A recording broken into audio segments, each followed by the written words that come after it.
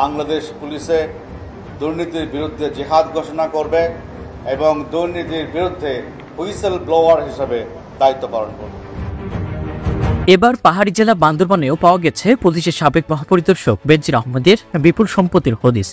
জেলার সোয়ালোক ইউনিয়নে লামারসরই ইউনিয়নে স্ত্রী কন্যা ও নিজের নামে কিনেছেন 100 একরের বেশি ভূমি। ক্ষমতায় থাকাকালীন প্রভাব খাটিয়ে ক্রয় করা সম্পত্তির পাশাপাশি দখল করে নিয়েছেন অনেক দরিদ্র পরিবারের জমিও। এসব জমিতে গড়ে তুলেছেন বিভিন্ন প্রজাতির বৃক্ষের বাগান, মাছের ঘের, গরুর খামার সহ আলিশান বাগান বাড়ি। দুদকের অভিযানের পর বেরিয়ে এসেছে এসব তথ্য। 41 সালে মাননীয় প্রধানমন্ত্রীর নেতৃত্বে উন্নত দেশে পরিণত করা অলিক কোনো চিন্তা নয়, স্বপ্ন নয়, এটা বাস্তব। সরেজমিনে দেখা যায় সদর উপজেলার সোয়ালোক ইউনিয়নের মাঝের পাড়া এলাকায় স্ত্রী জিশান মির্জা, মেয়ে ফারহিন রিশতা ও নিজ নামে বেনজির কিনেছেন 25 একর জমি। সে জমির উপর গড়ে তুলেছেন মৎস্য ঘের, গরুর খামার সহ আলিশান বাগান বাড়ি। যাতায়াতের জন্য করা হয়েছে রাস্তা। আশেপাশে কোনো জনবসতি না থাকলেও বেনজিরের জায়গায় দেখা যায় বিদ্যুতের সংযোগ, আর অবকাশ যাপনের জন্য করা হয়েছে শীতাতপ নিয়ন্ত্রিত দোতলা বাড়ি।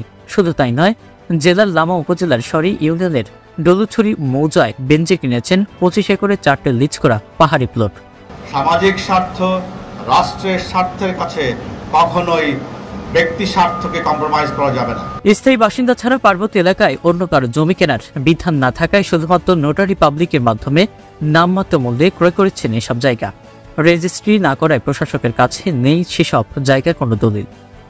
আর নিজে দেখাশোনা করতে না পারায় জমি ক্রয় করার পর বং ওয়াচিং নামে স্থানীয় এক আওয়ামী লীগ নেতাকে লিখিতভাবে দায়িত্ব দেওয়া হয় এসব জায়গা দেখাশোনা করার জন্যই।